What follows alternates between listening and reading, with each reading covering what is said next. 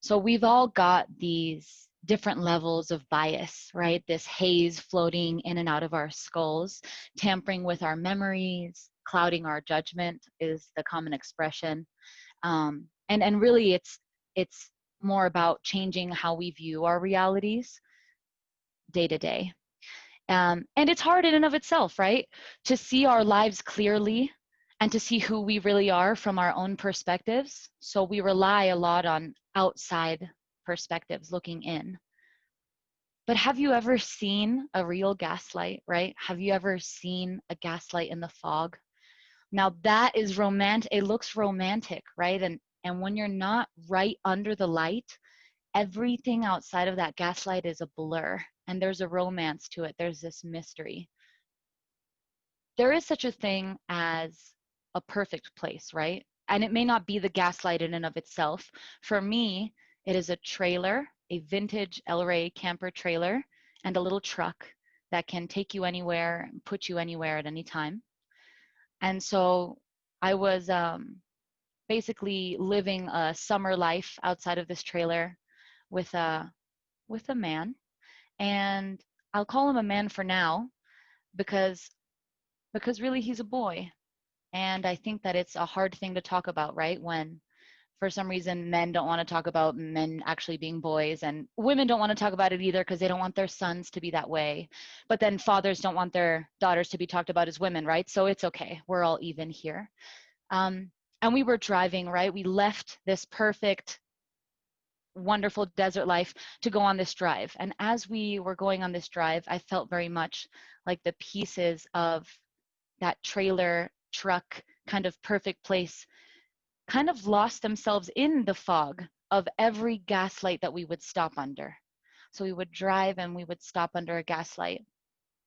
And before then, life had seemed so nice, had seemed so bright and desert related, right? And whenever you're kind of just with a partner for the first time, you have it's the haze doesn't feel like a haze, right? It feels kind of more like a crystal clear sureness. So it wasn't until that drive would take us halfway across the country and we stopped under this gorgeous gaslight that instead of looking out at the romance of it all, I looked underneath this moment, this light that was shining, and I could see actually a boy, this trembling, shaking boy that I had not embarked on this journey with, right? I had gone, I told you guys, with a man. I had embarked on this journey with a man, and yet I'm under this gaslight. I'm not really sure what's going on. Hadn't we parked in this gorgeous romantic spot? Where are we? And there's this boy, and so I look at him and I'm like, what's going on? Why are you trembling like this? And I'm not a mother, so I don't know how to talk to a boy. And the boy goes, everything is gone. All the good things that exist for us are gone. I'm looking around and again, there's this haze and life isn't clear. And I see in this fog, I see the trailer is still there. I see the truck is still there. What do you know, everything you need is right here. No, you're seeing things. It's not there. So we would continuously stop gaslight after gaslight. My reality would become more and more what this boy was telling me must have been true. And how could I not believe him, right? Don't children tell the truth? Don't they, aren't they honest? Aren't they truthful?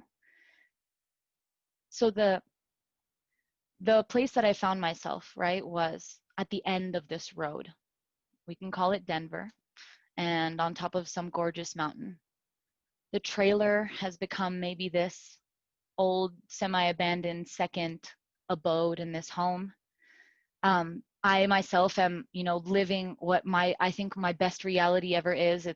This place is wonderful. It's great. It's everything that a trailer and a truck should take you to, right? Is this perfect situation. And yet I'm still in love with this boy, this sad boy. And I realized after all of my processes that I had been still looking through my eyes, right? I had still been, if anything, gaslighting his experiences as well. Because I could see the trailer and I can see the truck. And if anyone knows me, I'm the most positive person you will ever meet. But he couldn't see that. he, and I found this out, it's totally possible, was gaslighting himself, was turning himself into the fog and losing the brightness that was him in the desert and losing that with every stop.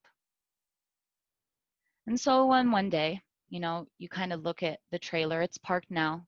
There's no gaslight, there's no like romantic environment, if you will. And I check in again and I look at this boy and I'm trembling now, right? Because I'm like this boy now. We've gone through so much together. And I say, hey, do you still see that perfect place? Can you see it anywhere? Do you see it? And he looks around and he balls himself up again. And he says, no, I don't see it. And I look and I see there's a trailer. It's rusted. And I see a truck. Yeah, we've got to fix the ABS on it and it's making noises, but it's there. No, you're seeing things. You're seeing things. And that is why you should never park the trailer under the gaslight. Thank you.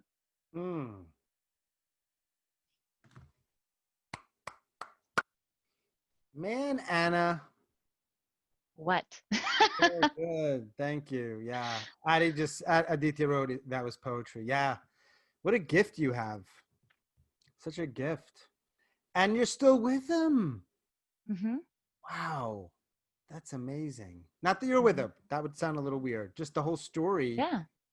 And you guys must have quite a connection because that would break some people up, would it not?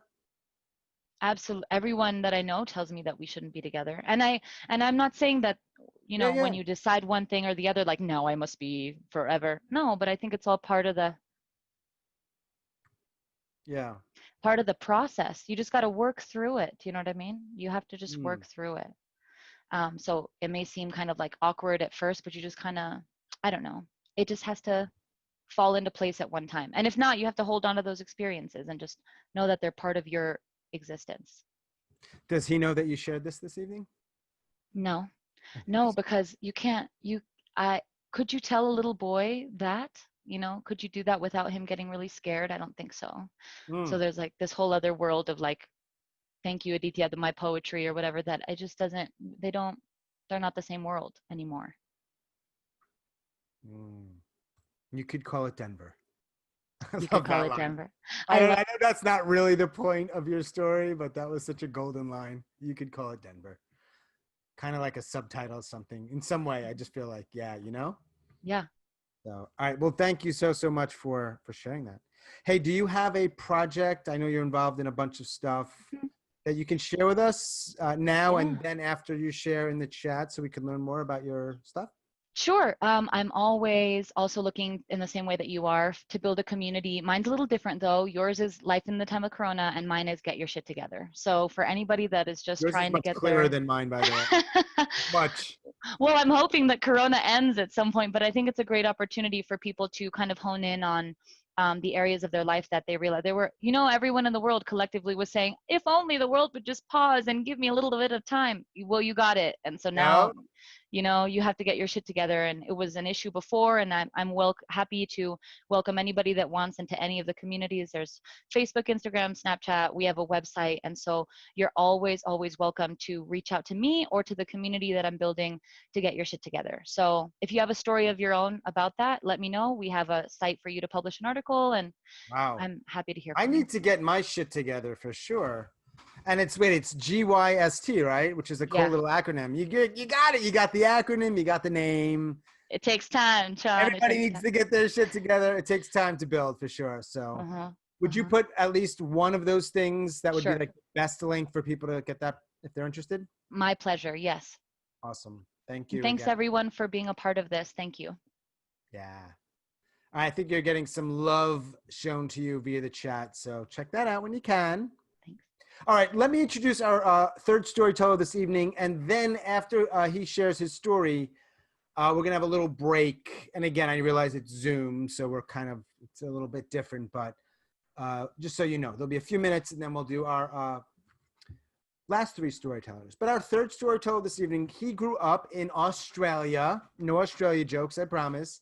and upstate New York until escaping to New York City and then San Diego. When he is not petting other people's dogs, he spends his days as an independent nursing assistant working with dementia and assorted other clients. His nights are filled with playing drums and riding his Italian scooter, certainly the best kind of scooter, no doubt. And he also hosts a monthly storytelling event in San Diego, long story short. And he is looking forward to hearing you tell your true story. And I will put a link to that in the chat so you can contact him about that. In any case, please welcome David Latham. So while I was at work, Dale had taken a shit in his pants. And in Dale's defense, he's 85 years old and he suffers with dementia and Alzheimer's. And I see Dale every week, a few times a week in this facility that he lives in. And his family had hired me to keep him company, keep him feel safe. And a lot of times, for times like these, when Dale shits his pants, it's my job to help out. And honestly, I have no problem doing that. I have no problem changing his pants when he shits them, because I know he can't do it himself. And there's always a question I ask of somebody I'm helping. I don't say it out loud, but I say it to myself. And that is, would this person do this for me? So again, I have no problem with doing that with somebody. I do have a problem though. I have a big problem with the pants that Dale's wearing on this particular day that he shit them. Dale is wearing this pair of Dockers, you know, the khaki colored trousers. They're actually trousers, so not even pants, they're trousers. They're khaki Dockers with goddamn pleats in them. These are the pants you would wear for like a cubicle job, or some people think these are great for like a casual Friday at your cubicle job, perhaps.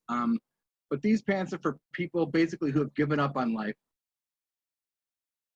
and all outward appearances. So to be clear, I don't fault Dale for wearing these pants. I blame the person whose job it was earlier today to dress Dale. Because every year that I get older, I'm afraid that one day it's me who loses control of his bowel movements. But even more than that, I'm terrified that somebody will dress me in a pair of Docker khakis with goddamn pleats in them. That's what I'm really afraid of. So a few minutes later, I get Dale cleaned up and I get him out of the pants and I look in his closet for something to dress him in, and I see this perfect outfit. It's an Adidas tracksuit. It's the black one with the white stripes and the logo, and most people can look all right in that, but Dale looks amazing, like Italian GQ in this black Adidas tracksuit. He just looks so good in it. So I got Dale cleaned up, and we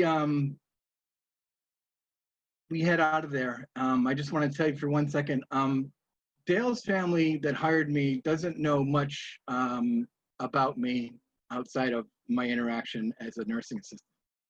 But I have to confess, at least one time in my life, I was a hopeless liar, a junkie, and just a very incorrigible liar. Things you do to survive every day. So it's safe to say I was this full-time liar and a junkie that thought of nobody but himself all the time. And because of this, for years, I've always felt misunderstood. I gotta tell you, the worst thing for me living that way was this pure feeling of loneliness. All the time. It's worse than jail, it's worse than withdrawal, it's worse than losing your friends. It's this feeling of loneliness. And there is no amount of dope anywhere that can quell that, can take that away. So I often felt misunderstood. And again, in order to be perhaps a successful junkie, you have to be a good liar. And I was really bad at it. I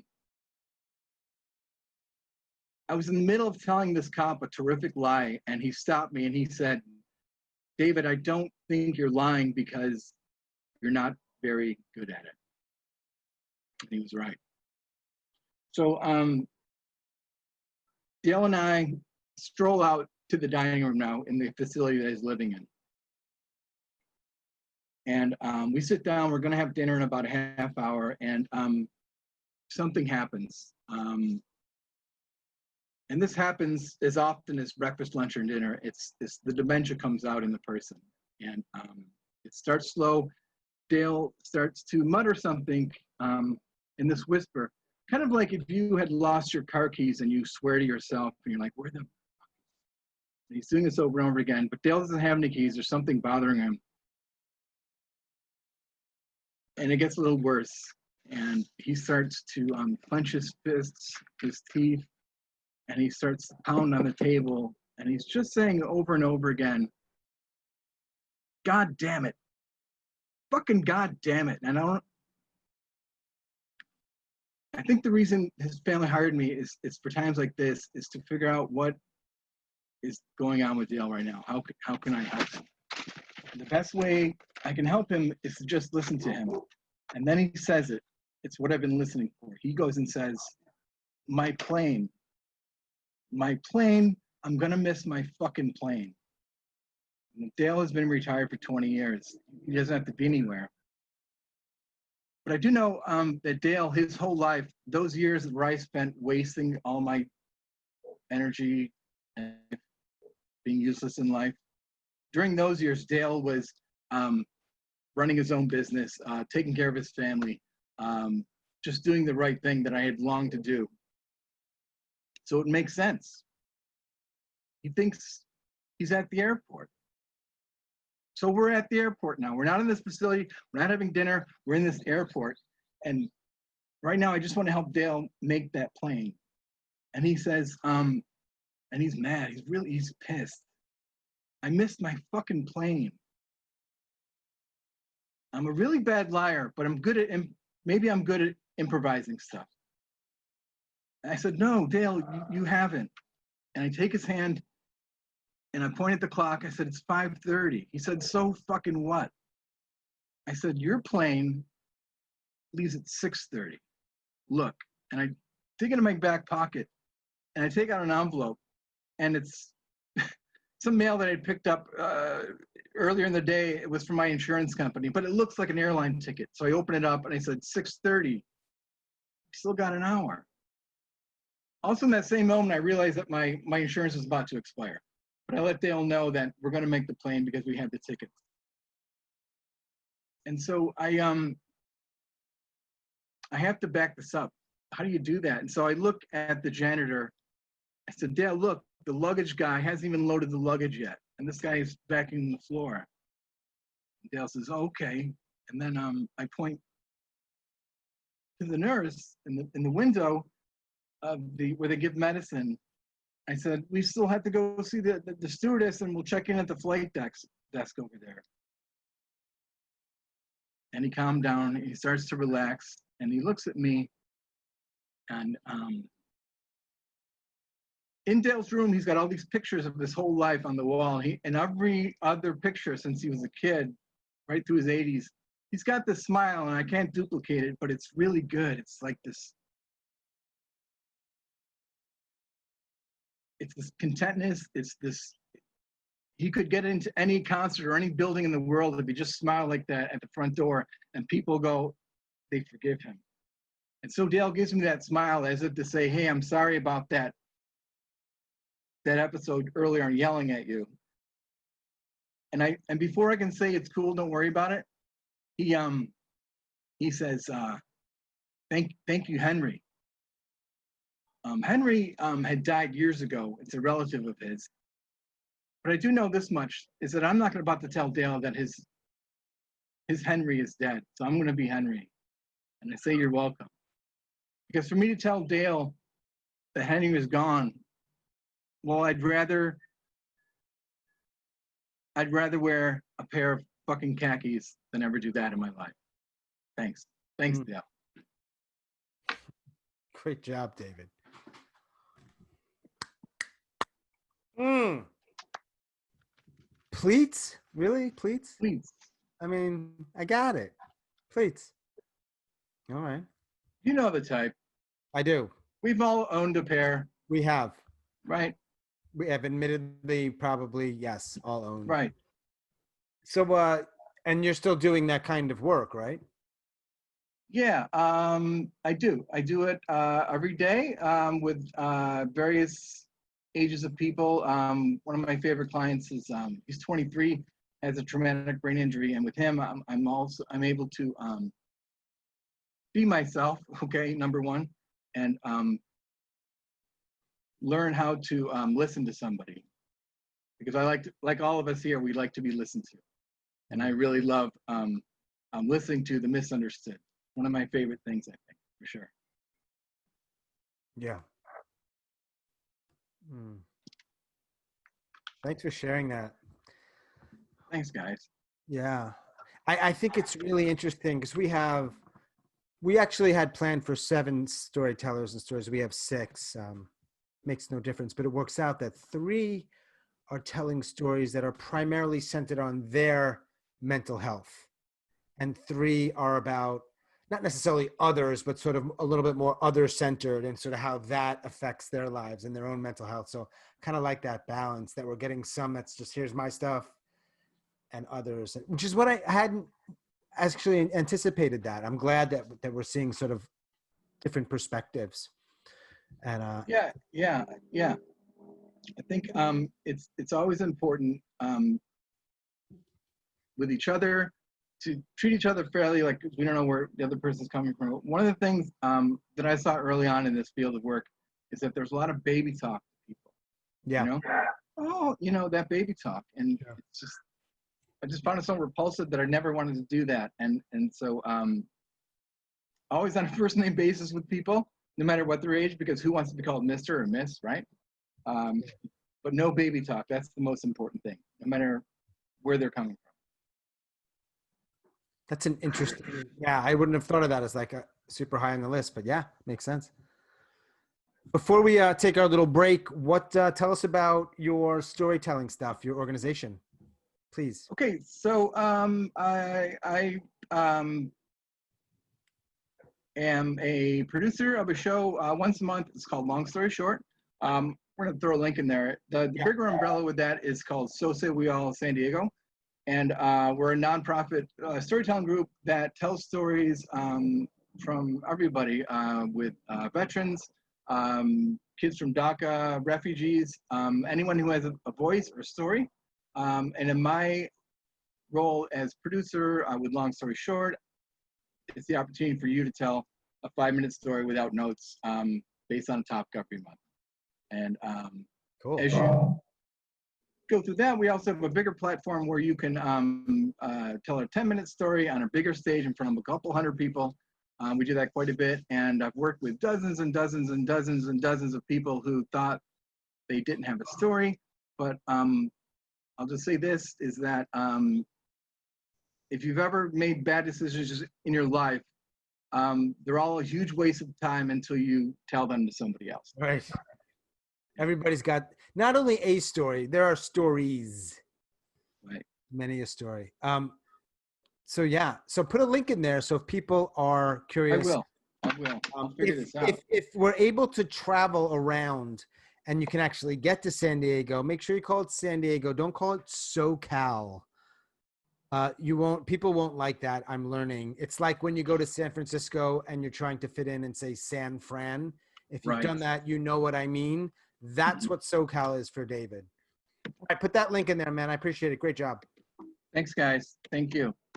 I love that honesty, man. I love it. So this is a weird kind of break. It's not really a break, but I think it's an opportunity. If you didn't want to like miss any of the storytellers too, go to the bathroom or any other things. So let's say I'm going to start up again in 5 minutes. If you want to hang out here though, we're going to do a couple little things. So I think it's a good opportunity to maybe scroll through that chat stuff, because what happens is it flies by when people are commenting. And if there was a link that was put in there that you wanted to learn more about, find it before it goes away and you never see it again. Okay. I will share a couple things that I'm involved with in addition to this, but around the same stuff.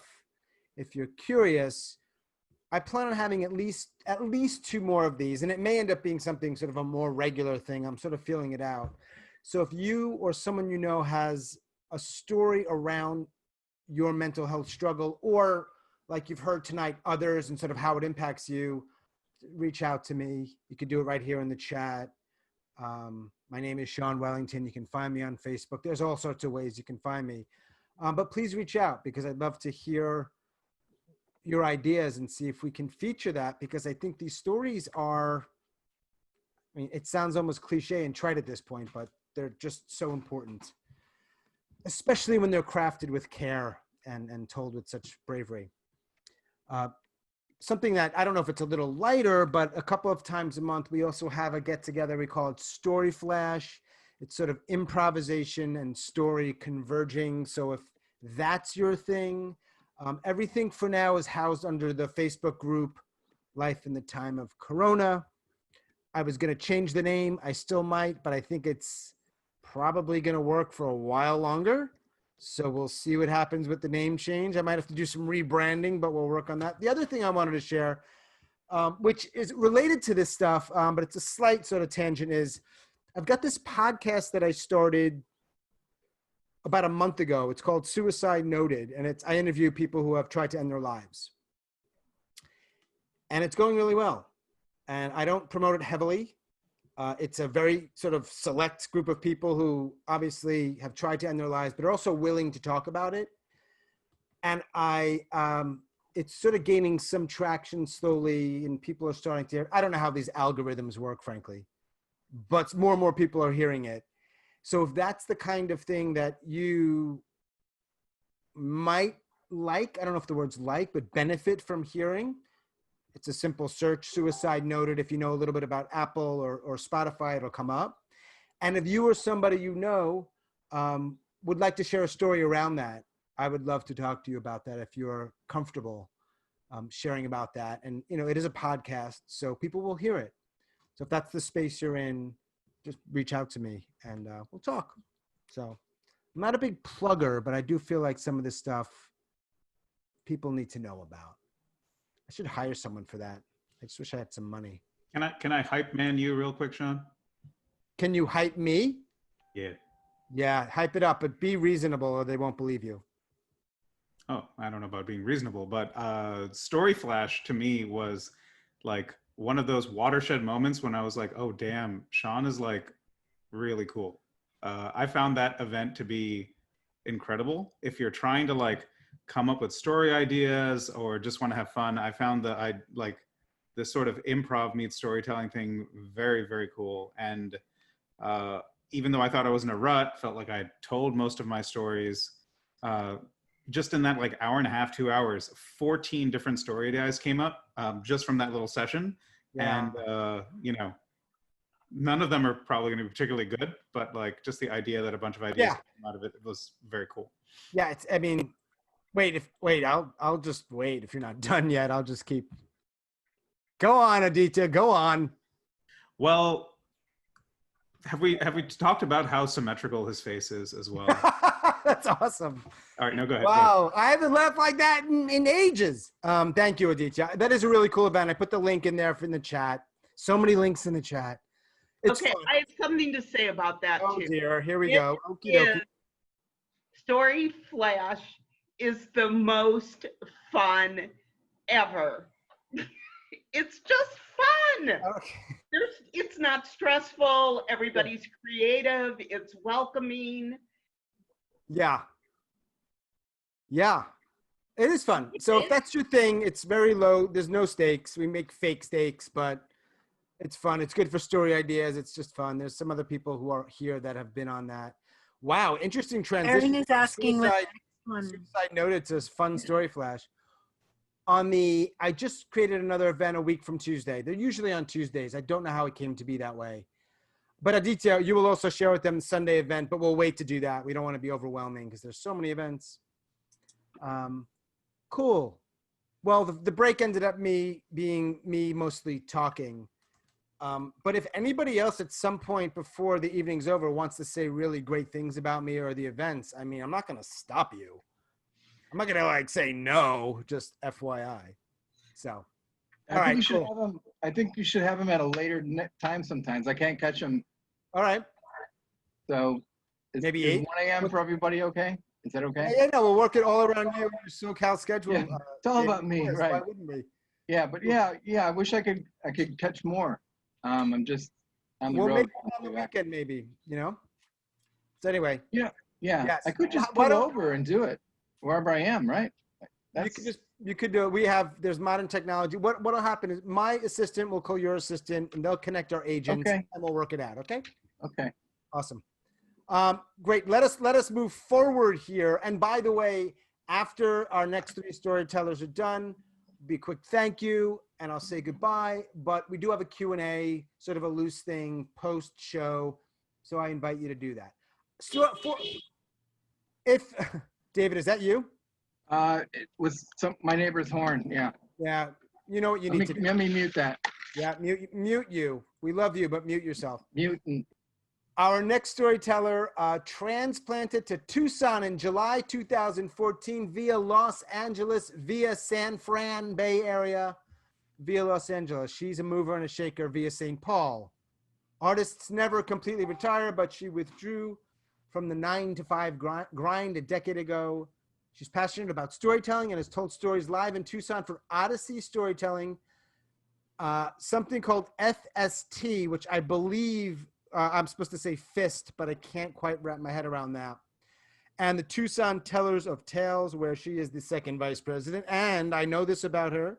She recently told a story at the Phoenix Moth Story Slam. And oh, by the way, as an aside, she just happened to win it. Please welcome Mary Jo Pollack.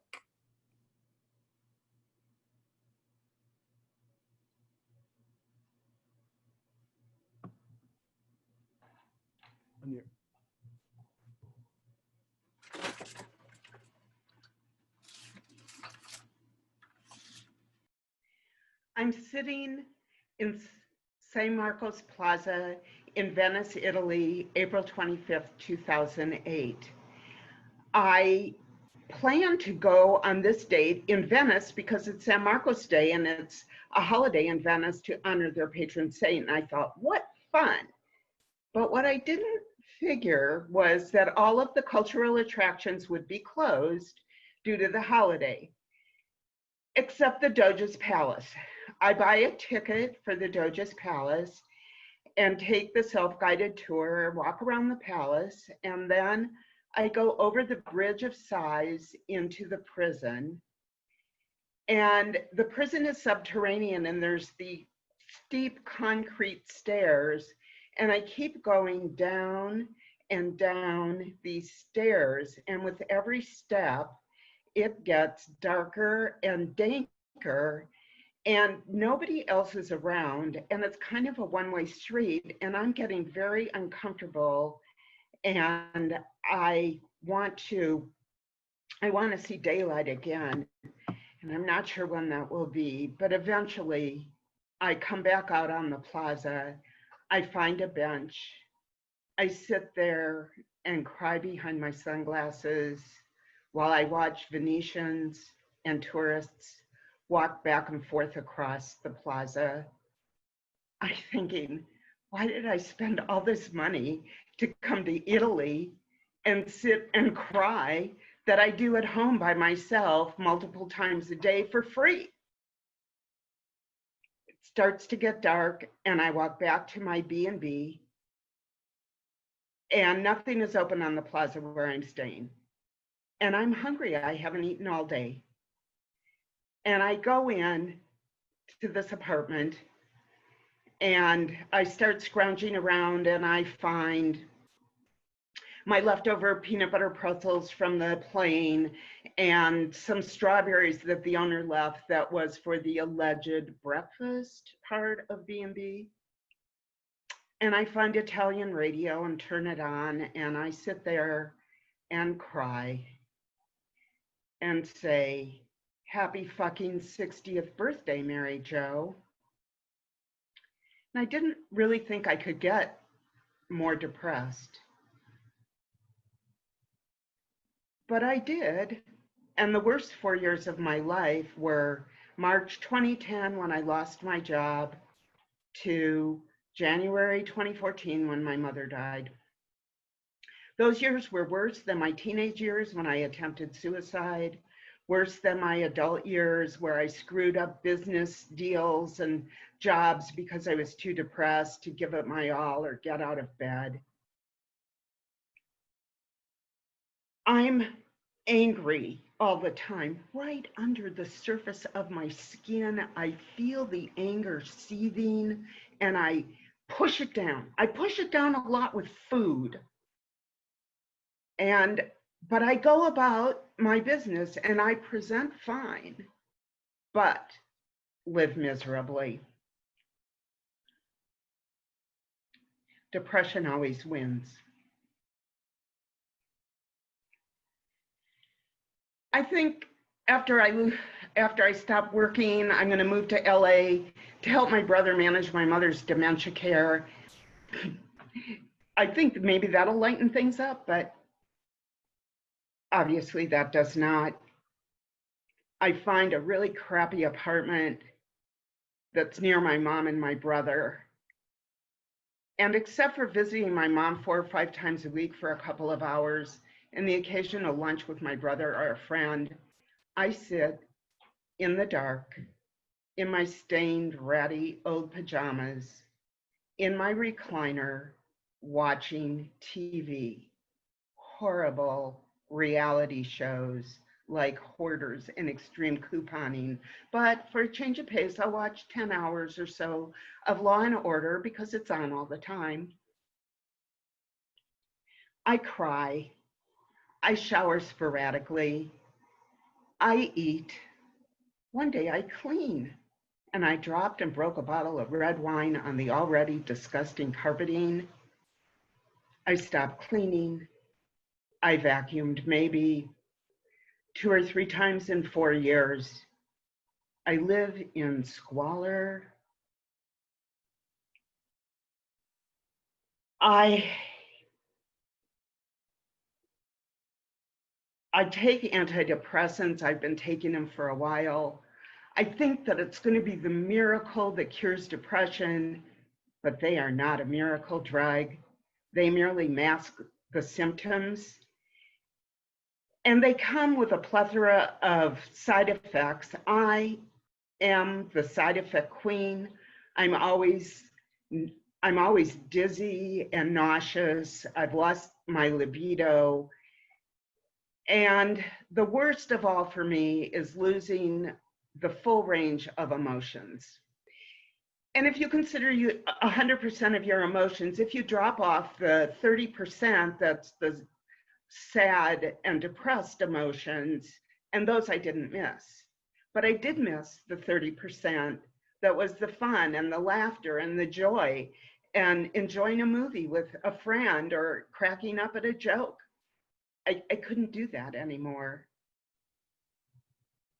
And I went off those pills cold turkey. And then I plummeted down to an abyss where I had never been before. One of my dear friends calls me and invites me to lunch. She said, Mary Jo, do you still have those pills? I said, yes. I thought of flushing them down the toilet, but I didn't. She said, I think you should go back on them. You need to.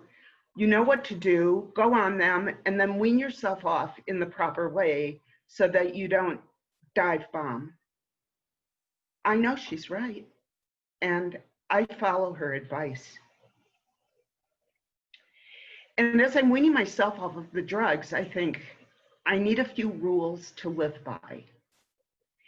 1, take a shower and get dressed every day. 2, leave the house every day. And 3, probably the most important rule, is accept all invitations. And once you start accepting invitations, you get more invitations. And I started to have a lot of fun going to plays and concerts and parties and day trips within my budget.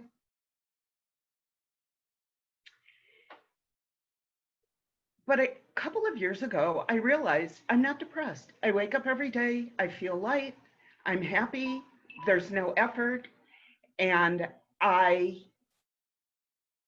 don't know, I don't know what it is. I'm just not depressed. I cannot pinpoint the day that I found the magic lamp and rubbed it, and the genie came out and granted my lifelong wish of overcoming depression.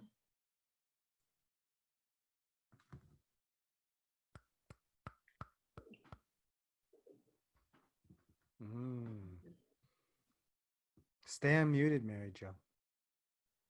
I am. Okay.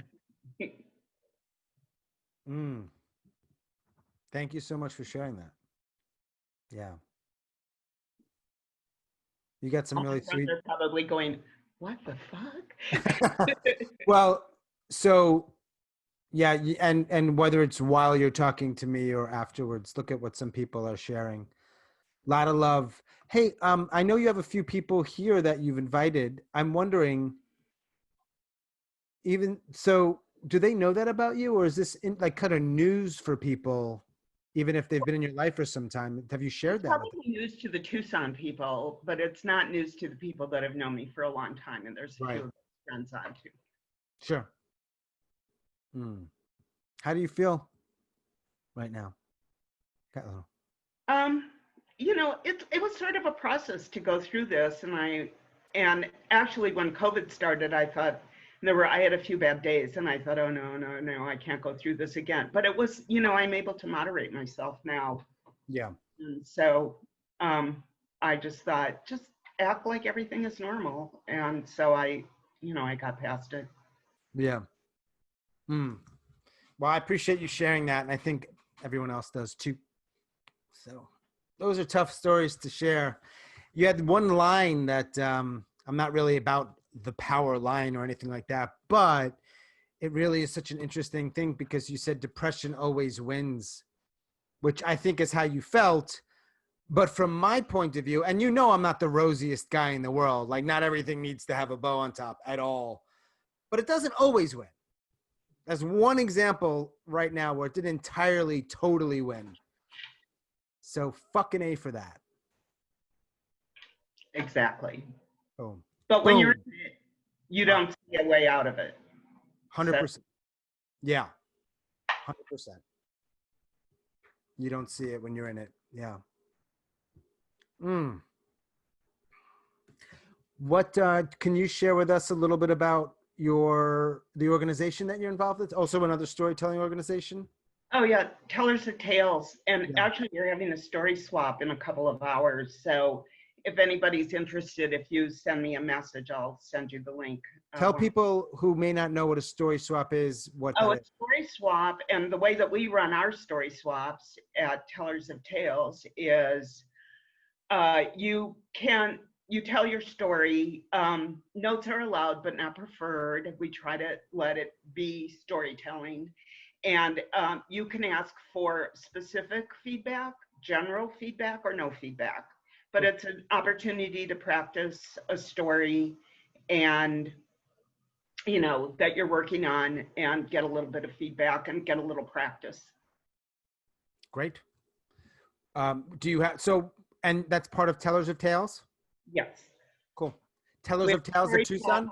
We have a story swap. Well, now that it's virtual, yeah, right. It's until we have a story swap on the second Tuesday of the month. And oh, someone wants you to talk about Odyssey also. Oh, yes. Yeah. Okay, so Tucson Tellers of Tales, it's personal stories and traditional stories. Okay. And anything. Uh, Okay. Odyssey Storytelling and Fist are both Right. personal Right. stories, Uh-huh. and Fist is the storytellers are all female or female identified, Okay. and Odyssey you can be male or male identified. And Tucson's interesting. I met so many transgender people since I moved here. I don't know what it is, but and they're both really great. We also have through the Arizona Star, because it's owned by Gannett, that their story thing that's quarterly, but that's also virtual now. So Tucson is a great storytelling community. There's a lot of groups, and it's very welcoming and supportive. If you want to put a link in specifically to tonight's story swap, do that so people might want to find it. They'll be inspired by this here and then want to go there and say, I've got a story I want to share. And then they can get some feedback if they want it. I also am curious if anybody in those meetings ever says, hey, everyone, let's say Tucson Tellers of Tales 10 times really fast. No, that would be funny. No, no one's ever said that.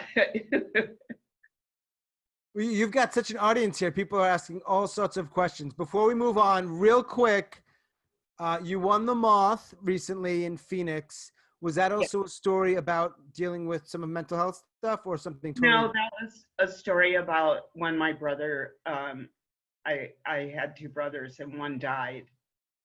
And so it was about that, because it was, the topic then was do-over. So it was like I missed the chance to have a do-over. But, and I'm going to be working on a couple stories. I'm going to start hitting the Moths this week. Boom. Boom. You're going to start taking over. One. You're taking over. All right, cool. Thanks again, Mary Jo. I appreciate it. Bye-bye. Bye. All right, let us introduce our 5th of 6 storytellers. He has already made himself known here in this meeting. He is not a shy man. He is, in his own words, a dork. All right.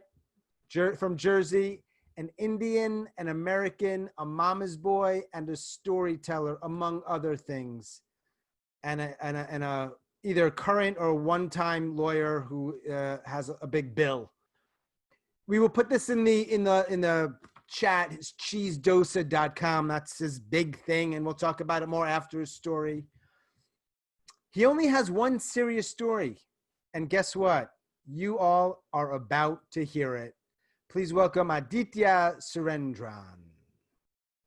Hey, thanks for having me. Before I start, I just want to say that if you know of like people that that you've been talking about in your stories, or just through your friends and family that like just don't get it, are kind of, for lack of a better phrase, kind of idiots.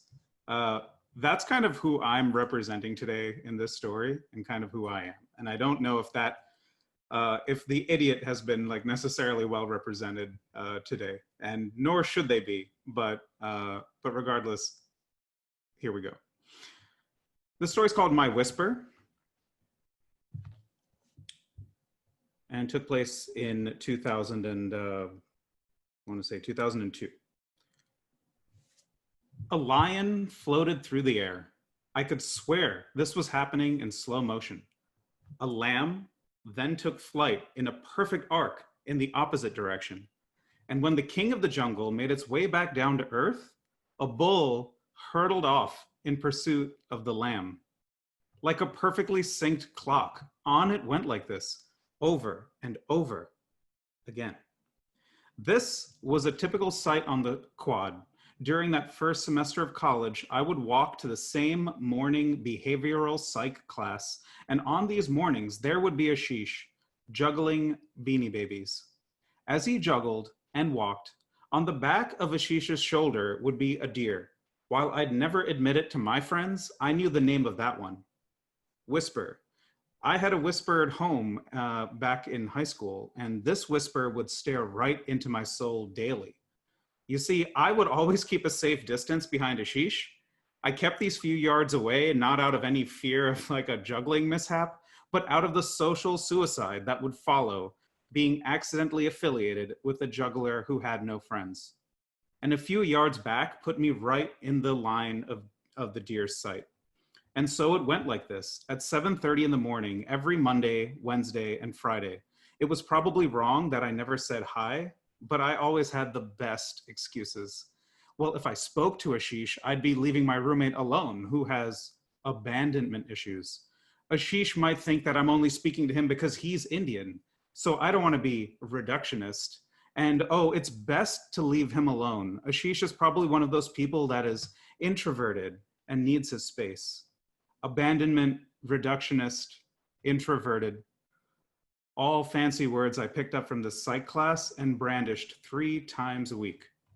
But eventually I started to feel bad. I mean, in class, this was a guy who sat at his desk and arranged Star Wars figurines in some kind of pep rally around himself. Yoda was cheer captain and Han was on the bleachers. So one day while he was juggling, I said, "Hey," and put my hand on his non-deer occupied shoulder.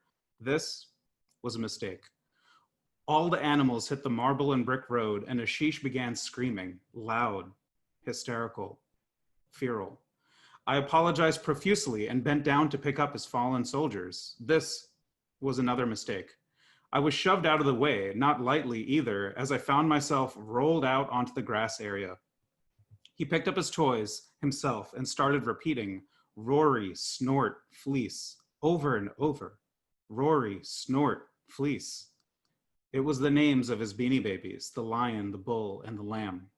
A number of morning class goers began laughing at the scene. One lacrosse player shouted across from the quad, "No means no," and consoled Ashish by informing him that there's plenty of cuter boys in the sea. Ashish kept shouting his mantra and started running away. Their laughter echoed off of the 4 buildings in the quad and eventually waned. Rory, snort, fleece got dimmer, and Ashish got smaller in the distance. I was left with my own thoughts.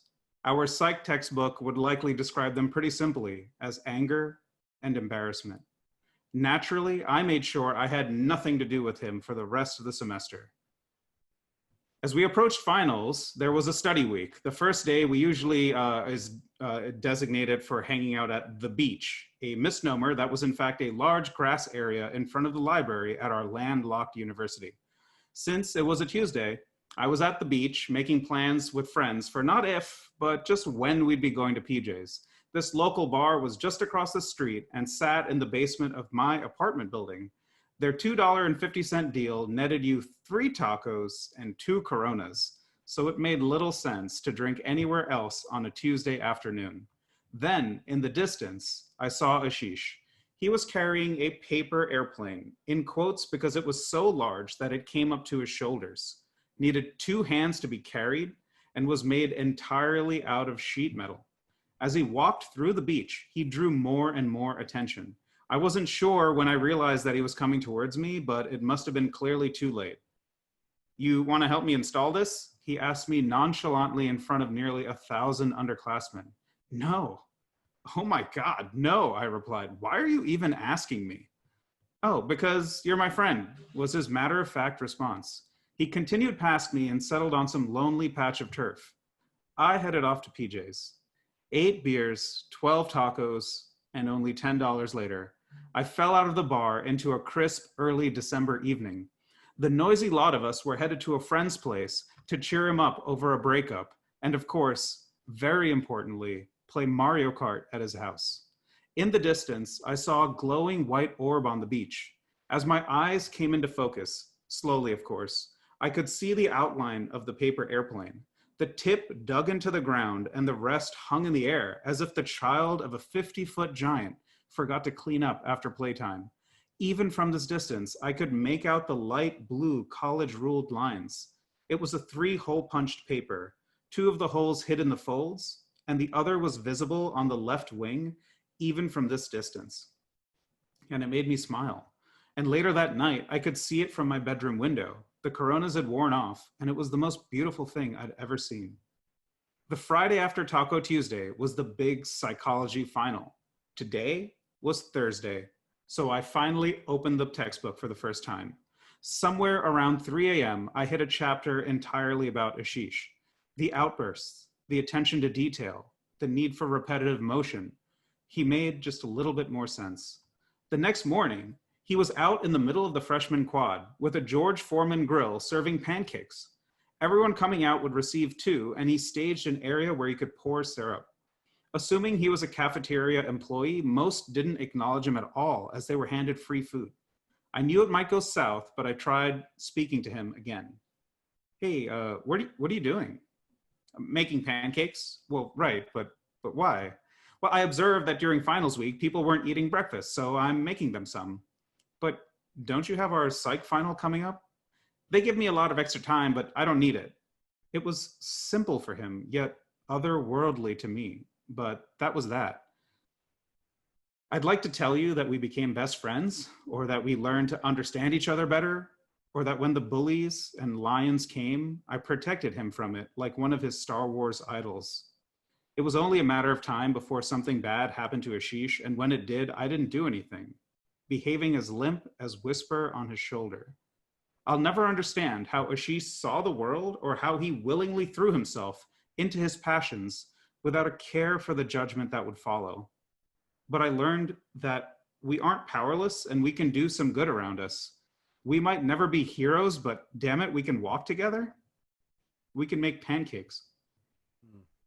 Thank you. Mm-hmm. Yep. Nice job, Aditya. Thank you for sharing that. So how do you, I try not to ask people. Where's your video? What are you doing, Sean? Oh, my no video? I just want, oh, you can hear me, but you can't see me? Yeah, I can see you, but just a photo of you. No, it wasn't that I made a mistake. I really just wanted you to have the spotlight. It wasn't, okay. It wasn't that I totally forgot to start my video. Yeah. Hey, so did you ever beat yourself up about that? And like, hey, maybe I could have done something different, or you were like kind of kind to yourself? I am never kind to myself, John. Yeah. It's just a deep well of regret, guilt, just all of the hits. They keep coming. It's where a lot of the humor comes from, Sean. Sure. Sure. Man. And you lost touch with him, right? Yeah. Like you weren't buddies. I get that. I sense that. Yeah. Cool. Yeah. Man, I didn't put it in the story, but you know, this is obviously a safe space. He got beat up. He took himself out of school. And a lot of us never heard from him again. He wasn't particularly active on social media and things like that. But you know, this doesn't have any sort of grander implications or absolve anything of anything. But I've thought about just ways of like how he lived his life, and I do some of that stuff. Like literally anytime I start a new job, if there's no, and now I'm in this like startup world where there's all kinds of snacks and stuff in the rooms. But if I'm at some boring law firm or something like that, I will just make pancakes. I'll bring a George Foreman grill, make pancakes in the morning, and without any sort of like larger crazy scheme behind that other than like, hey, like we should all just be having breakfast. Right on. Yeah. Yeah. You can make me pancakes sometime. Don't take that the wrong way. I wouldn't mind it is all I'm saying. I find it very hard to not take that the wrong way. You're so right. It was kind of the wrong way. You're right. But I'm just saying, like a little blueberry and chocolate chip wouldn't be the worst thing in the world. Rise and shine, Sean. Yes. Oh gosh. All right. Let us move on awkwardly. Before we get, go ahead. No, I want to give you a little time here before we get to our final storyteller, who we've met already, Erin. Yeah. We have a sort of joint event we're doing with another person who's on this call named Stephanie, and then connect that to Cheese Dosa. Please tell us what's up with all that. Yeah. So let's begin at the beginning. So obviously because of this little flu that's going around, we've all been kind of like set at home, right? And so for me, I have always had this idea. So every month or so for the last 3 years, I perform in the Lower East Side. They're usually stories like this, where I'm usually kind of a dummy, but learn something at the end. But for the most part, they're funny. This obviously was not. So I started telling a lot of those and just collected all of them on a website, which is right here. All right. He's putting it in the chat, folks. Right. So put together that website and then realized, hey, with all this extra time, why not like try to turn this into a book. A little research into what goes involved with publishing sounded exhausting and terrifying and potentially like not worth the effort.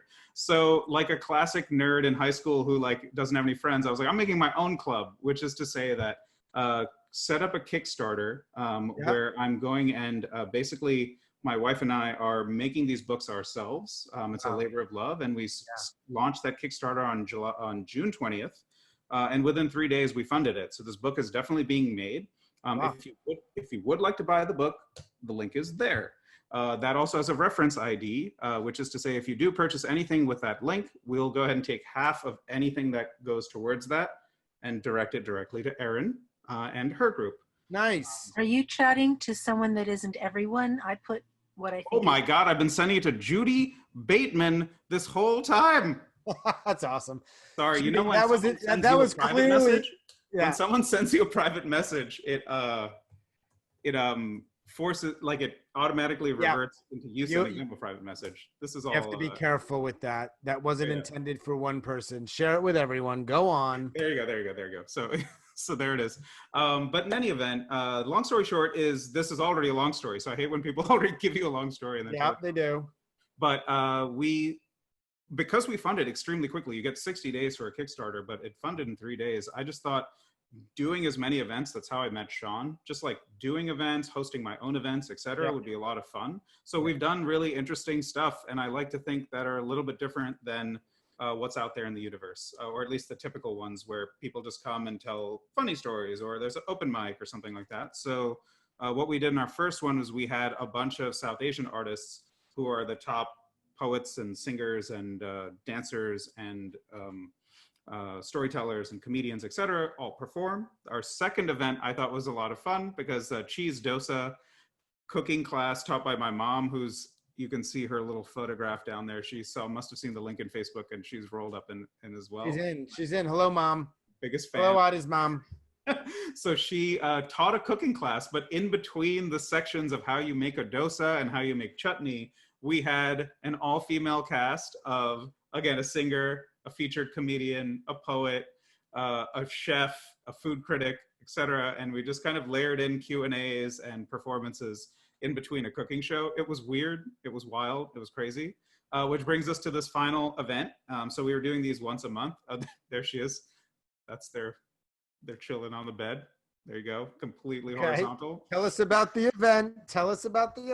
And so the event, working with Sean, working with Stephanie Rogers, who's looking like she doesn't have a care in the world, even though she has a broken leg in that photograph. Right, she always does that. We're co-hosting this event where we are taking stories, and even though I've spent way too long talking about this, the irony is that the stories will be 90-second stories in a full kind of showdown between various completely different styles of storytelling. Let me just say something real quick. Yeah, so ironic. The irony. It's astounding. I always get a you little. You could have won that. You could have won that competition 7 times over. I always get sweaty armpits when I use the word irony because it's rare that I know if I'm using it correctly. Or right, probably not, but it doesn't matter. We get it more or less. 90-second stories, right?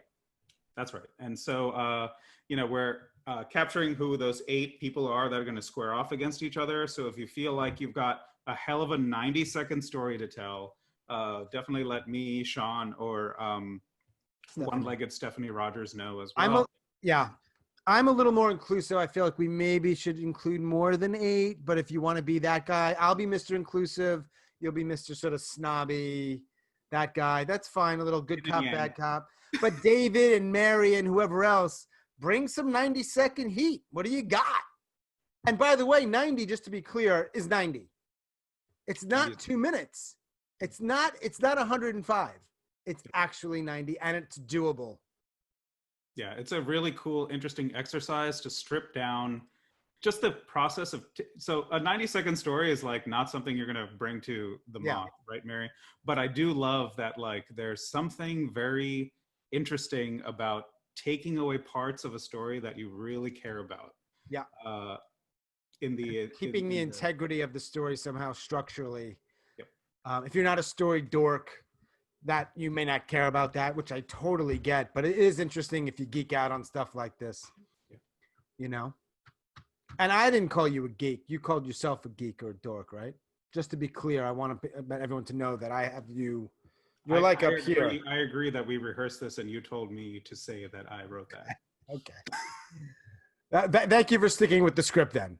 All right, let us move on. You have had the spotlight for a good chunk of time. We are going to go to our final storyteller this evening, and then we will do a Q&A. And she did a wonderful job of sharing about a bit about herself and her organization, because I put her on the spot earlier. She's an author, a storyteller, a podcaster, a mental health professional. She's the author of the book, If You Could See Me, Life, Motherhood, and the Pursuit of Sanity. She's written 2 one-woman shows and the creator of the If You Can See Me project, which you are supporting this evening. I will put that link in again. It is an important, great project organization.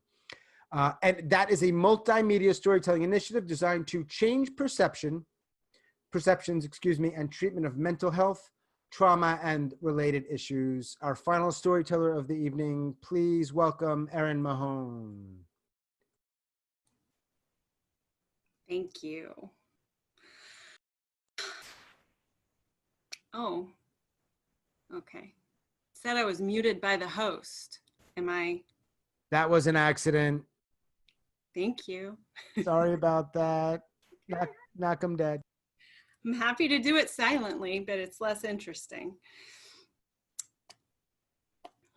When I was a child, I appeared as if Punky Brewster and Steve Urkel had a love child. I was a child of the 80s. Not only did I have enormous glasses and crooked teeth and fucked up hair and a woman-sized body at the age of 10, I was undisciplined, unfocused, uncontrolled, unattractive, unorganized. I was an untethered child. All throughout my childhood and adolescence, I was 30 pounds overweight. I cried all the time. I was terrified of everything, every second. I didn't sleep between the ages of 7 and 18.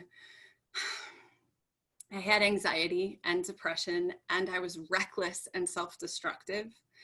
I had all of this innate talent that I couldn't allow to come out because I was terrified and I hated myself every second.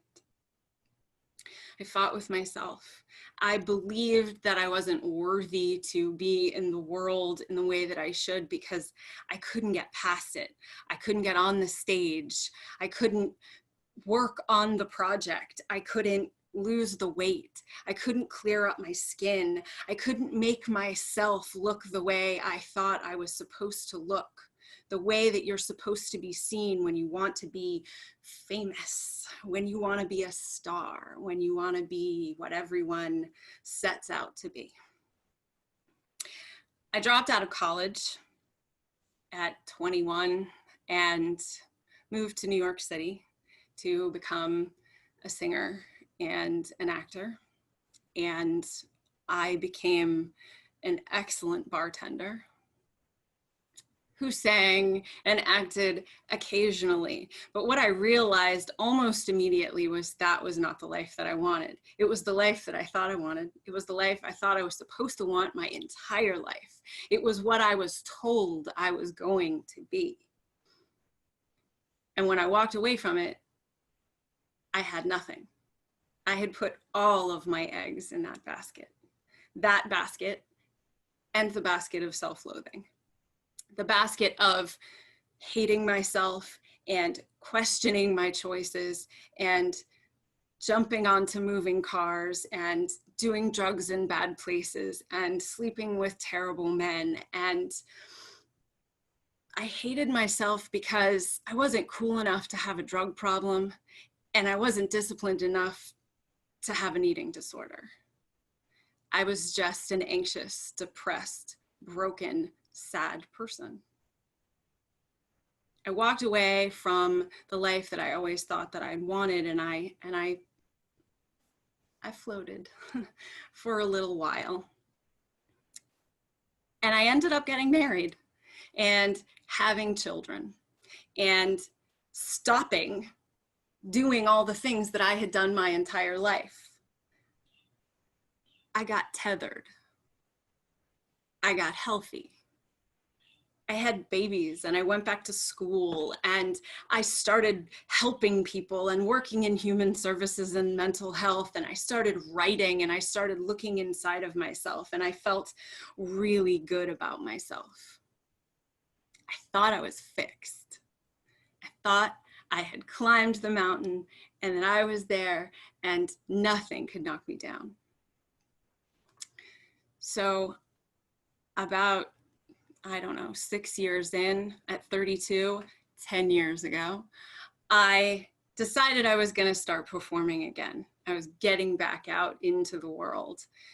It was time. I was healthy. I became a vegan. I stopped getting migraines all the time.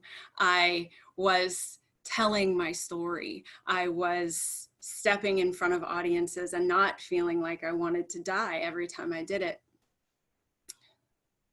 I got an agent in Richmond, Virginia, and I started going out on auditions. Cheesy as it may be, I got an investigation discovery show. It was a pretty big deal because I had just gotten back out into the world of acting and had been out of it for 8 years. So I got this show, and the show was, I was playing a police detective. Now, I was really excited. I was gonna be my best Mariska Hargitay. I was gonna get to scowl, and I was gonna get to put on handcuffs, and I was gonna get to be a badass. Thank you, Judy Bateman. I'm sorry, you just distracted me. So I went to the show, and here's the thing. I got makeup and I got hair, and I got to put on this fantastic white blouse. And if you are a woman who's ever struggled with her weight, or if you happen to be a 10-year-old with a 36 double D, you understand what it's like when you step into a shirt that you don't need to pin closed because it closes all by itself. You understand what it means not to have back fat rolls and lumps on your thighs. Sorry, you can't see it. But I was proud. I felt beautiful. For the first time in my life, I felt healthy. I felt on top of the world. I filmed the show. I walked away and I thought, well, here's to the beginning. Here's to the beginning of the new phase. Ha ha ha. It's funny how you think that you're at the top of the mountain. Several months went by and I finally got the release date for the show. My parents DVR'd it, and I went over to their house one afternoon all by myself and I watched it. I was excited. I was excited to see myself on screen in this role that I felt powerful and beautiful, beautiful for the first time in my entire life. I sat down, I turned it on, I watched for a minute. And then the woman that I was portraying popped up on the screen. And she was not beautiful. In fact, she wasn't attractive at all. And I sat there for a second and I thought, oh, okay. I forgot. I'm still that ugly little girl with the big glasses and the boobs and the teeth and the fucked up hair and the Punky Brewster and the Steve Urkel of it all. That's what they saw when they looked at me. And I turned it off when I walked away. And I didn't think about it. And I didn't think about it for a really long time. What a horrible, horrible response. How ashamed and disgusted I was at myself for being disappointed that I wasn't portraying a beautiful woman. It took me almost 10 years to reflect on that situation. It took me almost 10 years to get to the point where I could realize that I was so caught up in what was on the outside. I was so caught up in making sure that nobody saw all the chaos that existed inside, that the outside had to be perfect. The outside had to look exactly the way that I thought it should, because that was where my value lies. That is where my value lies. That it never occurred to me that when those casting people looked at me, they thought I looked brave. They thought I looked smart. They thought I looked like a badass, like a hero, like somebody who can get shit done. It still takes me a lot of effort to look in the mirror and see what I imagine those casting people saw in that moment. Because to me, I'm still that 10-year-old kid, that Punky Brewster and Steve Urkel. I'm still a swirling, untethered ball of chaos who's just trying to figure it out. I couldn't see it, but God, I hope one day I can. Thank you.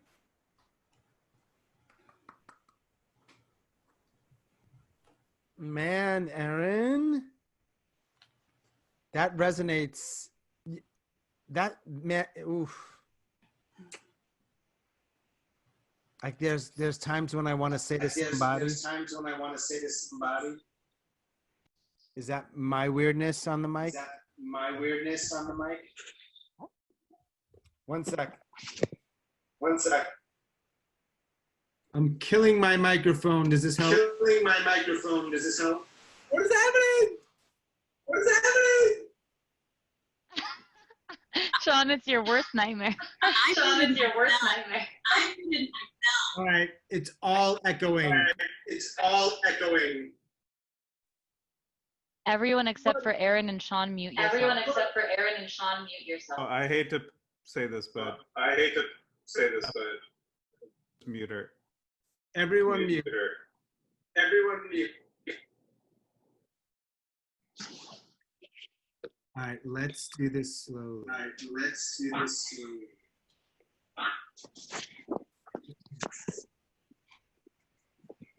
Sean, you can mute everyone. I know everybody's got the answers. I appreciate that. Everyone's muted except for me. Someone give me a thumbs up if it's okay now. Cool. I'm going to unmute Erin. I want to talk to her. Let's see. Hey, Erin. Hey, Sean. Oh my God. All right. Whoever's idea that was, thank you. Beautiful, beautiful story. Thank you for sharing. And thank you for being so patient and waiting. It's sometimes tricky to go in the final spot. And especially one more apology and then we'll move on, and because it's not about me. Isn't that amazing how I'm making it about me? No, to you and actually to Mary who shared first. I had like a slight little tech gaffe, and when someone's done that to me, like I'm ready to tell my story, I'm like, motherfucker, what the fuck? And you are so chill. Now, Thanks. yeah, it is so interesting to me because I've been on both ends, and I'm imagining everyone on here has probably felt that on some level, where like someone's beating the shit out of themselves, and you see, and you're like, oh fuck, they don't see it at all. Mm-hmm.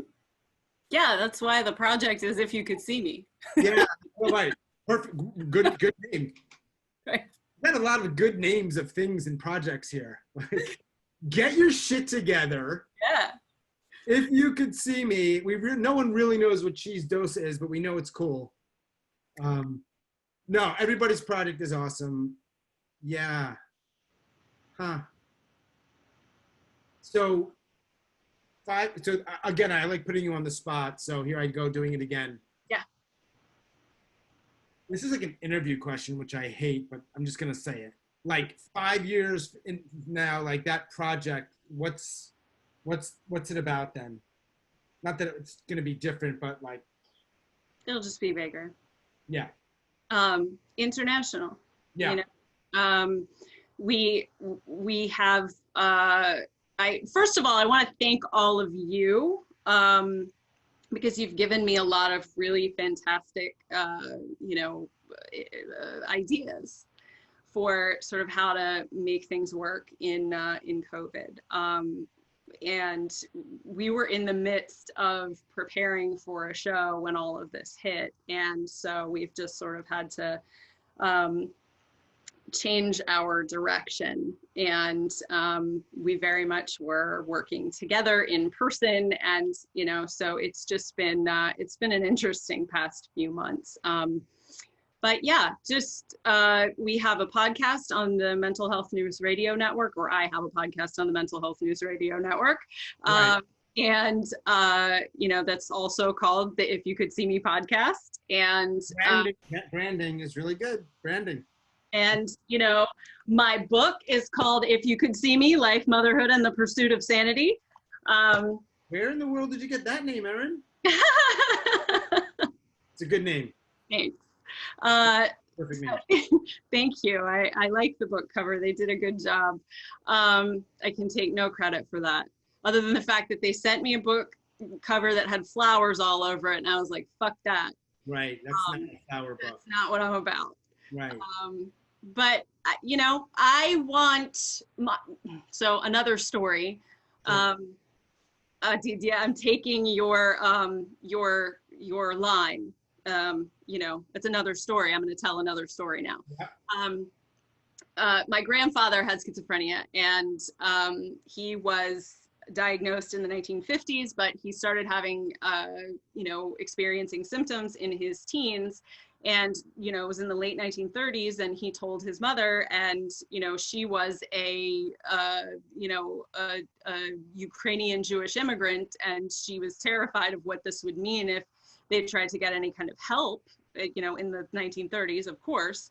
And so she told him to keep his mouth shut. So he spent 15 years with the, experiencing the onset of schizophrenia, paranoid schizophrenia, served in World War II, got married, whole 9 yards, in total silence until he couldn't, handle it anymore. And he started, being very irrational, and thank God my grandmother got him help. Yeah. And I just have set out to, be in the world in a way that says nobody should ever have to be in silence like that. Nobody should ever have to hide or be terrified or feel alone or unseen, or as if their whole self isn't worthy of love and respect. And so that is where we are and why I do what I do. Yeah. You do it well. Thanks. Yeah. Thanks. I'm sure you're familiar with This Is My Brave. Yes. Yeah. So I was planning to tell a story with them in Hampton Roads. Mm-hmm.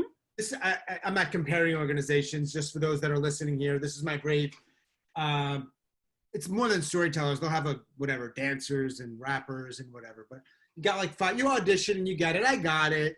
And it's people that are just dealing with their stuff around mental health or addiction. But we were going to be in Hampton Roads, just a few hours from me. But a couple things. One, nothing in North Carolina. I had to go to fucking Virginia to talk about this stuff. Right. Yeah. Yeah. Like, come on, Carolina.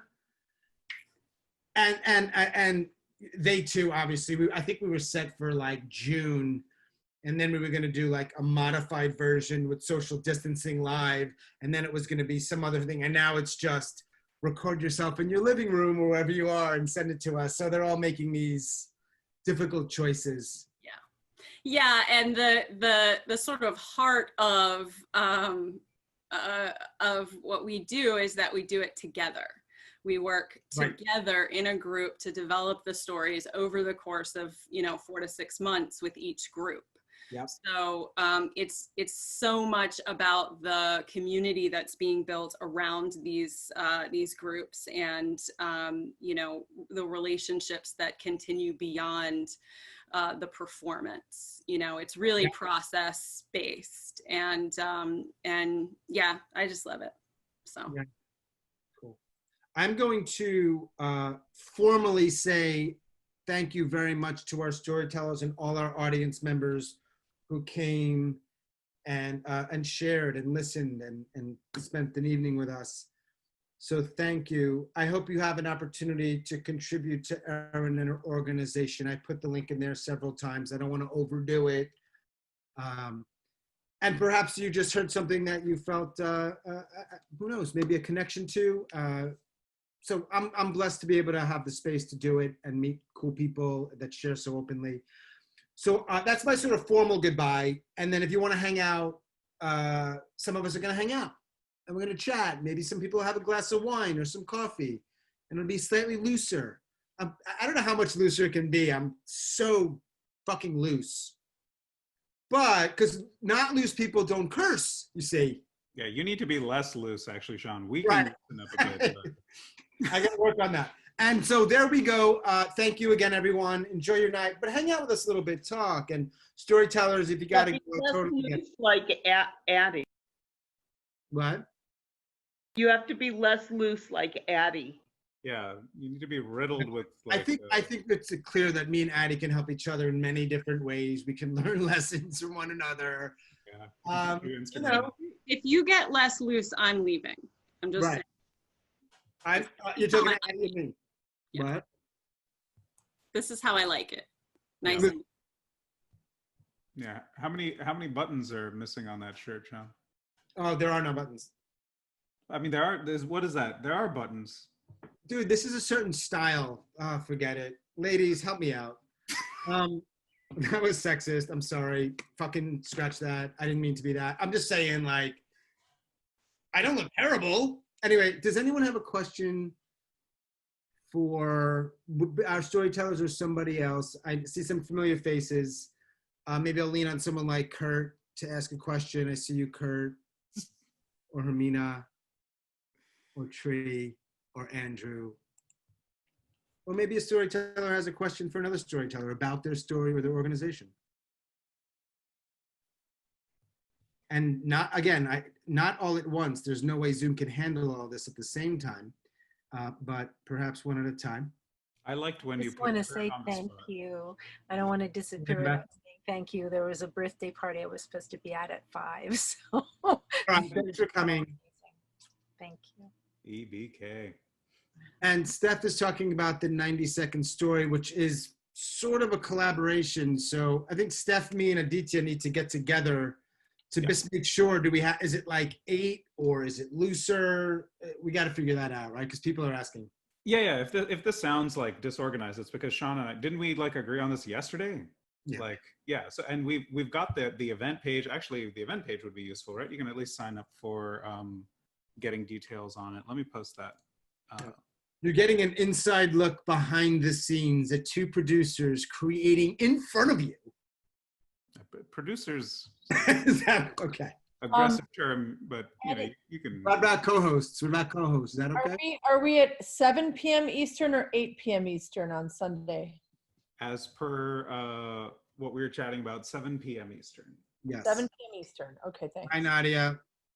Thanks for coming. But Steph, you let us know because it is your dad's birthday on Sunday. We will work with you. Steph Just help us to help you, Steph. Steph Rogers runs an organization called Story Jam out of Chicago, and they do something really cool where they'll have storytellers and then they'll write an original song and perform it. And it's really good. It's not like karaoke. And there's nothing wrong with karaoke, but it's not that. And so it's a unique thing that I've never heard before. And she's cool. She's a good storyteller too. And so we're collaborating, though I'm feeling left out. Nonetheless. Yeah. Nothing's happened yet. Right, but you don't see me. You're not seeing me. Okay, first of all, let's clarify. Addie organized it and recruited us, right? Is that how it went? You guys are my legitimizing forces. Okay. Yes, you add an air of style and grace. You know, this is for guys like Zach and David and Sherry Labov. This is not good TV. Let us. Do we really want to have this conversation behind the scenes in front of all these? No, we're gonna post. Addie has an event page that he made, and we are going to. So everybody should just contact us there or email us, I think. And I put my email out. out there. Yeah, Because how I'm many not times loose have like we- you are. What? Because I'm not loose like you are, Sean. Oh, okay. Because then Sean, you. I Sean, wasn't I college. have to tell you that Sherry Lubov, who you just mentioned her name, is my first friend ever. In life? She lived right down the street from me, and we were little playmates at 5 years old. Right, Sherry? Where was that? Sherry's muted, but Minnesota. We were friends since we were 5. Tell us a little bit about little Mary Jo. What do you Oh, remember no, about? no, she's going to lie. No. No. Yeah, tell us some things about Mary Jo, please. We know her through this great story she shared this evening, but maybe I was suicidal when we started, and I'm just hungry, so I have to go to the refrigerator. No. But Good change. Mary Jo and I go way back, way back. About what, 150 pounds back, maybe? Probably. Sherry, where do you live? I live in Los Angeles. I'm an actress, and I live with my husband, the infamous Mr. Leonard Rips. You know him from lots of things. Yeah, I'm sure. In terms of writing, Yeah. he's a very good writer, and he used to write stand-up for Joan Rivers, Rodney Dangerfield, Muhammad Ali, President Clinton, all sorts of people. Hey, back up. Did you say Muhammad Ali? I didn't know Yeah. he was a comic. Yeah. Muhammad Ali. Everyone needs to Lenny was with the Black Panthers in the early years. He was a social worker starting out. What else can I say? Full House. He did Full House. You probably all know that. We got a good sense of him. He's a talented man for sure. Very talented. With a great beard. I wonder if he knows Shirley, if he was with the Black Panthers. What's Shirley's last name? Okay. Was it? Anyway, I'll He get was back the to health her. newspaper for the Black Panthers. No. Or what? Voting. Oh, the voting registration for the Black Panthers. Gotcha. Oh, okay. Now, thank you both for stopping by. But thank you. We're going to go, but thank you for Thank you. inviting us. I really loved it. And Good. I'll see you later, Mary Jo. I miss you. Bye-bye. Okay. You too. Bye, guys. Kurt's unmuted himself. This does not happen often. So let us all take a moment and hear what he has to say. Just give me a subject. Story Flash, what's going on, Kurt? Hey guys, that was a hell of a show. I really appreciate all those stories, all 6 of them. Yeah. Yeah. So that's why I'm hanging out for the after story, the after special, the after school special. I'm here. Kurt's a really good storyteller also. You wouldn't guess it. He's been on Stories from the Stage. I think Mary, you also have been, right? Oh yeah. Yeah. That's a good organization. They really produce like good stuff. Yeah. Yeah. Wait, what's the org? It's Stories from the Stage. It's on Facebook because it's really beautifully done, I think. in YouTube. Aditya will be one of the featured tellers on Risk this Thursday. So Yeah. he's like a That is comic. awesome. He'll be at Stories from the Stage like next week. He'll be at Moth Main Stage next month. Just give me the link. Starting some new organization. Feed me with the links. Aditya, what's your story centered on for Risk? Just a side note, like the stories I told were you only get 5 minutes at where I was telling them. And then, so I sent it to Risk and they were like, yeah, so we feel like you were just reading off of the page and this needs to be like three times as long. And so I was like, oh, well, I'm extremely bad at memorizing stuff. And I don't know how to take a 5-minute story and make it 15. But the story is basically going to be about how I got wrapped up in a pyramid scheme in high school. Oh, cool. Interesting. Is it true when you get into a pyramid scheme, the first thing they tell you that it's not a pyramid scheme? Oh my God. Stop. You're like literally spoiler alerting. That's exactly one of the lines in it where they were like, we're all in Ed Chen's basement in Edison, New Jersey. He was our class president. And he was like, I asked this, like, there's a pretty girl involved in the story. And I was just like, hey, like, do you know what this meeting's about? And she didn't know. But what we all knew was what it wasn't, which is to say it definitely wasn't a pyramid scheme. That's like actually a line in the story. Yeah. David, are you familiar with pyramid schemes? Yeah. Yeah. Yes. I've never orchestrated one, but yes. I'm probably over suspicious about everything. Yeah. Good to be that. Too good to be true kind of stuff. And who's the person you would trust least here this evening that's still with us? Based oh, on if this was a lineup? Yeah. Erin, are you pointing at a pyramid scheme? What's going on? Right. we have a good group. Virginia, and it's hot as hell. I had to turn the fan on. I'm sorry. I don't know if Kurt or Zach was asked for money, I might go, okay. Erin and I, I can trust him. Yeah, I would say, okay, Zach, whatever you're gonna do with it's none of my business. That's my money. A trustworthy guy. No, Yeah. no, you don't want to be in my pyramid scheme. Okay. I think Anna would be super. Anna Varela, by the way, Varela would be very hard to. I think Anna would be very bad at pyramid schemes. I don't think you could do it. You seem to. This is a compliment in many ways. It's kind of a compliment, yeah. It's because the issue is that I would immediately want to be at the top of the pyramid. So I'd be like, I like the white Mercedes, but really the house, how do I get there? How do I get there? I take it back. I think you'd be really good at, I think very good. Easily convince you to join a pyramid scheme. But I don't want to do it stepping on other people. I just want to benefit. Is that too much to ask? A lot to ask. Maybe not too much. It's a lot though. But hey. There you go. See? Sometimes you gotta, yeah, no, hey. Reach out. See where Mary, we haven't heard from you in a while. And this is sort of loose. There's no format here, but I just wanted to say to check in. It's been a couple hours. Married to Alba in Massachusetts. I'm fine. I'm still here. Okay. Good. Everything's good. Yeah. All right. And what kind of work? What is your psychic work about? So I say I toss cards and talk to dead people. I love that. That's part of it. Yeah, that's part of it. So yeah, but that's fun. I'm on the radio once a month in the Cayman Islands talking to dead people. Like on a real radio station, not like like an internet station. Yeah, real one. Been down there. It's beautiful. Oh my God. Oh, you're actually going there once a month to the Cayman Islands? Oh, I wish. No, I've been down there once. It's beautiful there. So if you've ever been. Is talking or connecting or whatever that verb is to dead people something anyone can do? Oh yeah, of course. I've just had training on it. That's all. Okay. But is the Cayman Islands like particularly important to dead people? No, so an astrologer friend of mine is on the radio there, and someone called in and asked for a medium, and she said, I don't do mediumship, but I know somebody who does. So she hooked me up with the radio station. Got it. And I've been on for 8 years now. Oh, cool. Dang. Yeah. So they like me. Every month they go, well, let's hope they invite me back next month, and they do.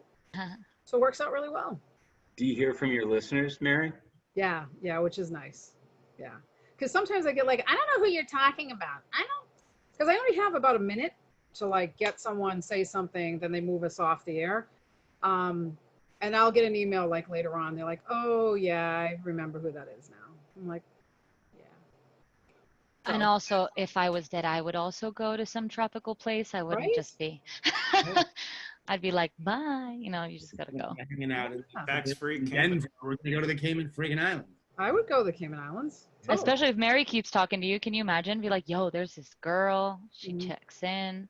Hey, by the way, Jill knew Elizabeth Coop. If you wanna, you're totally good the way you are. I just want to acknowledge that you're here. We see you. If you want to say hi, there you go, Coop. Coop, I know from we do some dance together. We take a Cuban salsa. It's fun. Yeah, this is the first time I'm seeing a background that is not the San Francisco Golden Gate Bridge, Coop. Yeah. That classic Zoom background. Yeah. Or the Northern Lights. Happy Tuesday. So a couple of things. No more plugging or anything, but the story flash thing we do. A few people here tonight. It's fun. It's going to be a week from today. It's fun. Most people that come really do have a good time. But before then, we've talked about this 90-second competition. So do it. Like let's I'm challenging everyone here. Can we just make it weird and like? Yeah, I know what you're yes gonna do. Right now. Yeah, no. No. Yeah. Yeah. But like what I'm saying is, you were just telling me how you were like, we need to be more inclusive. So I'm like, well, then let me just go full Indian. Inclusive, not impulsive. You right. You gotta. Yeah. Right. Anna's understanding me in a way that you Like a pyramid scheme, Anna. Come on. We'll talk later, Adi. We'll talk later. Oh, you up? So does that mean you're in? Maybe. Shh. We don't say this in public. No. So, but it is worth noting. His face. Yes. Adi, it is worth noting that the way it's structured right now, people will need 2 90-second stories.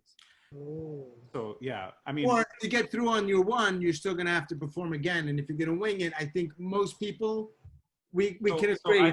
So I thought about this, and I will respond, but only if after I respond, you don't say something that sucks the air out of it, like, "Oh, this is bad television that we're talking about this event." And Wait, this so before you share what you're going to share, I just have a quick question. Are you suggesting that I have said anything here? You literally said when we were talking about this, you're like, "Oh, this is not really good television to talk about a show we're doing on Sunday." Okay, all right. I will. I'm preempting that because I thought about that, and I thought like, "Oh, it's first of all, it's like unfair with such a low turnaround time to be like, hey, come to the show, tell a story, but you get 90 seconds. So just like get in, get out." So like, I thought we could have a little Q&A to like help build, whatever their brand is, whatever they want us to click on. And I, even though Anna finds it impulsive, as a host, I will literally like make it weird. Everyone has to click on the link first, follow them on Instagram, whatever it is, like get them completely like amplified, and then we get to move on. But and then secondarily, like I think it's unfair, number one, to make 2 90-second stories. So they of course can and should, but I thought what would be cool is if you make it through round 1, you're already just dubbed a champion. And then like there'll be a grand champion or like the person who has the second story. That way everyone can just come correct with their best story first. And then, How do we then, all right. Thank you for sharing that. I found that very valuable. Well, an important contribution. Now, I do have a question now. How do we, so if you get the one story and you're in the final 3 and everyone's a champion, fine. No, those 3 people are a champion. Right, no. Everyone else are just like, they get a participation award. Like well, how do you become grand champion there? I feel like this is also natural. No, then you do the second story, but the idea there is that like you are just so badass that you've got 2 really strong stories or whatever. But basically, we want a message that like don't save your best story for second, right? Like, because you might, first of all, you may not make it to second, and then would you agree with me though that if people think, and I wanna like, hey, if you can do what I'm about to say something you shouldn't do, but if you can do it, is, do you think someone can come and like not prepare and just crush it for a 90-second story? Like I have very strong feelings about this. What do you think? Do I think that someone has the ability to just roundhouse kick people who are prepared for this? Yeah. I mean, it's possible. I don't know. Like if a story ends up being 70 seconds long, I have a feeling it'll still be like, it has entirely the potential of being very good. And I don't think any of the judges will care. Also, we have to figure out who judges are, but like I don't think judges would care. I'll do it. I'll wipe everyone out of the water. Well, there's no doubt. But wait, so I think so. By the way, Sean, like what I want to do is I'm like inviting the people I'm inviting are like stand-up comedians, dramatic storyteller, like just people that are not necessarily storytellers, just to see what they can do with this. Because at 90 seconds, being like David Sedaris may not save you, right? Like, but I agree, but just again, if you're gonna say only 8 people can do it, then it's really hard to figure out who those 8 are if they've never. So now that it's like this group is getting smaller and more intimate, like I want to make sure it feels exclusive. So if we just start with like, there's only 8 people, then like we get to 8 people, and then when we get over 8 people, like now we have a good problem to have, right? Like we're currently at 0 people, Sean. No, I've had some people reach out. Oh, okay. I've had some people reach out. We'll get 8. Yeah. But we can start with like only. I'm glad that you have these ideas. It's good, and Steph seems on board. So it's short notice, but yeah. We'll get some people. There'll be some stories, and in between there'll be some other stuff.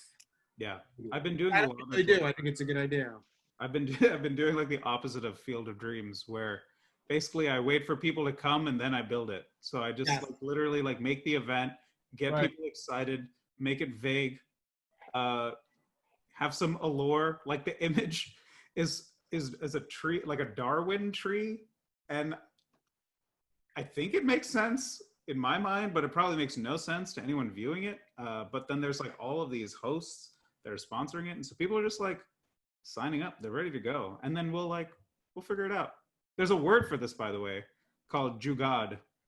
And that's a fun word because one of my friends told me that every single cheese dosa story you tell is just a story of jugad, which is basically like a Indian concept of like you take just a bunch of, you're just scrappy, like you just have like limited resources and you just find a way to like stitch it all together and like get it across the finish line. You don't over engineer anything, which like now has turned into, in the startup world, words like doing sprints and what is that phrase, like doing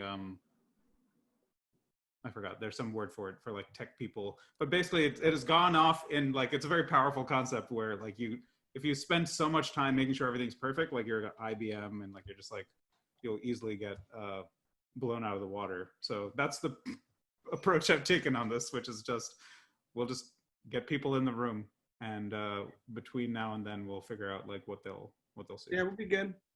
I think we'll be good. I encourage everyone here to give it a shot. Yeah. 190-second story at a minimum. You got that. 90 fucking seconds. Yeah. I just talked for 90 seconds. Boom, that's a story.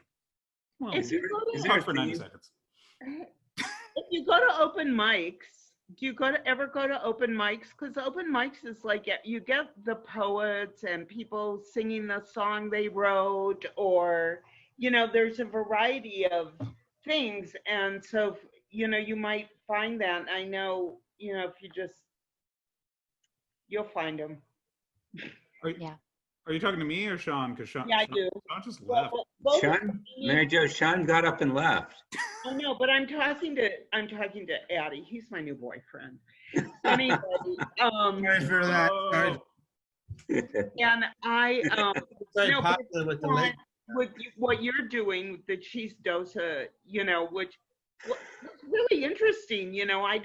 I had no idea what to expect, but I just, you'll never know what. I didn't have a lot of pressing engagements that day, so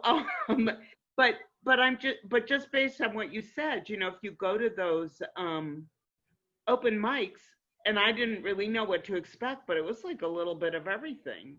Exactly. But here's the thing, Mary Jo. Yeah, He's so loose right now. Here's the thing. You always have to balance. See here, look, off the record here. But everybody here is a perfect person. Recording this call. Stop the recording.